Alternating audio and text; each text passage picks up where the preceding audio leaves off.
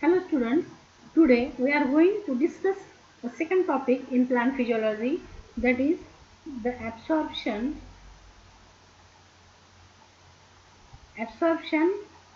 of water. We know that the 85% of the total weight of the plant body, it is only the water. Okay, so this water, it plays its most important role in the plant's life. It keeps the plant in a stiff, rigid or in a turgid condition. Okay, the number of metabolic activities which are carried out inside the plant body, they are only with the help of the water. So water is most important for the plant's life. It is amazing note that, or it is recorded that a large tree or it is a big tree, it absorbs the gallons of water in a single day. Okay, so the water, it has the great importance in the plant's life. So we are going to discuss about the role of water in plant's life. Okay, the role of water in plant's life. So the first role, water act as a medium of fertilization for primitive plants. For primitive plants, we know that the algae, fungi, bryophytes and pteridophytes, they need water to carry their gametes from one plant to another plant. So this water, it acts as a media for fertilization of these primitive plants. Okay. Then second role,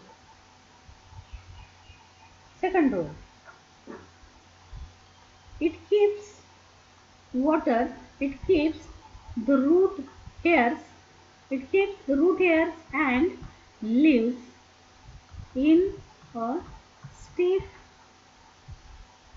and rigid condition.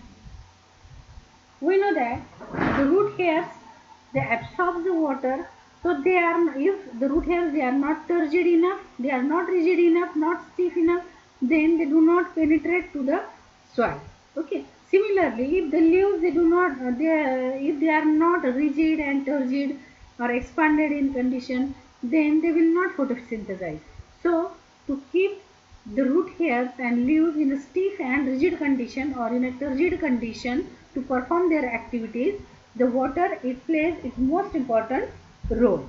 Then the next role, it acts as a medium for mineral absorption. It acts as medium for mineral absorption. We know that there are the number of minerals present in the soil, and these minerals, they are present in the soil. So when we add water in the soil, that minerals get dissolved in water, and it produces the soil solution. And from that soil solution, these minerals, they convert into the small ions. It converts into small ions, and these small ions of the minerals, they absorb by the root hairs, uh, they absorb by the root hairs by the passive method or passively without expenditure of the energy. So water, it acts as a media for absorption of the minerals. Then the next, it acts as a medium for transporting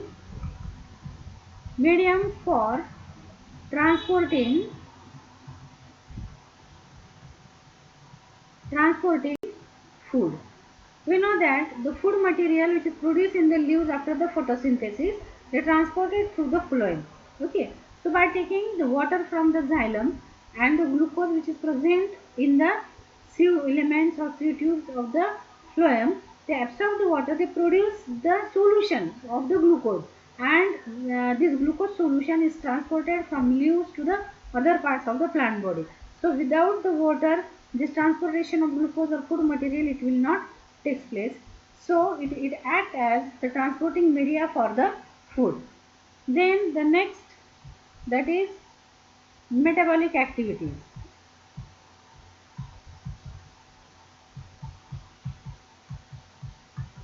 We know that the cell, it has the cytoplasm as a center of metabolic activities. There are the different types of the activities. Some activities may be the constructive or some may be the destructive. Or we can say that the constructive activities means it may be the anabolic activities, destructive activities may be the catabolic activities. For example, the anabolic activity photosynthesis and the catabolic activity respiration. Okay.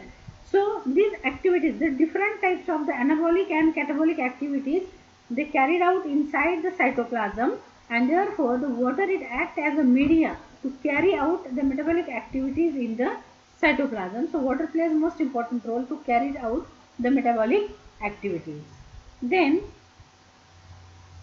the next function,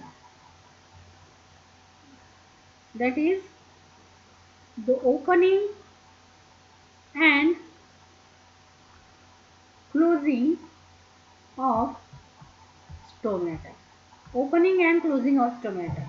We know that the stomata, it is a small aperture.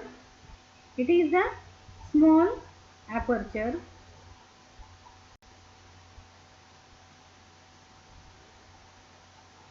and this aperture is guided by two kidney shaped cells that are known as the guard cells. Okay, so these are the guard cells, and these guard cells, they are surrounded by the subsidiary cells. Okay, so they open when these guard cells, they absorb or they hold the maximum water in it. This wall gets turgid and it gets stretched outside. These bean-shaped walls get stretched outside, and due to that stretching, this opening, this pore, it get open. But when the water it goes out and it loses its turgidity, these bean-shaped guard cells, when they loses their turgidity due to the loss of water, they falls upon each other and the stomata get closed. Okay. So in this way, water it plays most important role in opening and closing of stomata. And opening and closing of stomata is mostly it is related with the gaseous exchange, photosynthesis and respiration, because the O2 and CO2 it comes out and it goes out through the stomata, and the photosynthesis depends on the carbon dioxide, respiration depends on the oxygen. So all these related things, they are associated with the opening and closing of the stomata. Then the next function or next role of the plant, it is in photosynthesis. It is in photosynthesis. So we know that during the photosynthesis, in the photosynthesis, the CO2 and water H2O, it plays a most important role in presence of sunlight and chlorophyll. It produces the glucose.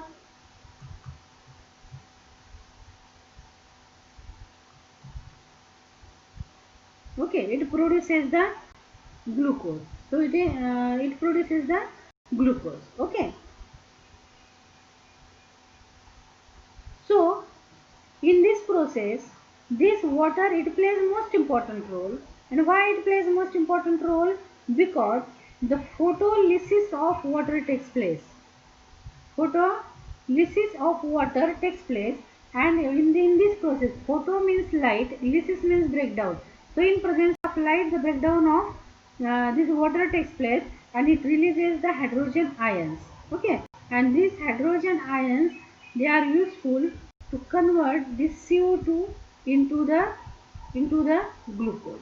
Okay, and therefore in the photosynthesis, water plays most important role. Then next role, that is cooling effect. Cooling effect. We know that through the stomata, the water vapors they lost in the process of transpiration, and these water vapors they remain surrounding to the plant, and it causes the cooling effect on the plant. Otherwise, the plant is continuously standing in the light near about 12 to 12 hours, 8 to 12 hours it is in the light. And when the light intensity of the light was more, then intensity of light is more, then it causes wilting of the plant. So this cooling effect, it is most important to protect the plant from the high intensity of the light. So it plays most important role in the cooling of the plant. And the next role, that is in seed germination. Seed germination. So seed germination means when we sow the seed, okay, it absorbs the water which is present in the soil, it swell in size, and the embryo start its growth. Then the radicle comes out, then plumule comes out. The radicle, it enters inside the soil, penetrates to the soil, and plumule, it breaks the soil cover and comes out. So for all these activities, this turgidity is most important, and this turgidity of this radical and plumule, it is maintained due to the water. So it is most important for the plant's life, or the water is most important for the plant's life, from right from the seed germination to the death of the plant. So we will revise this. The role of the water, it has the different roles in the plant's life. The medium, it acts as a medium of fertilization in the primitive plants. It keeps the root hairs and leaves stiff and rigid. It transports the material from the minerals from the soil. It transports the food material in the plant. It helps in metabolic activities of the plant. Opening and closing of the stomata is also takes place due to the water. In the photosynthesis, photolysis of water takes place, and hydrogen ion release, which converts CO2 into the glucose.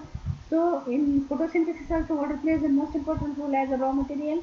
Then water, it helps to cooling the plant body, and it also helps in the seed germination. I hope you got the points. Thank you very much.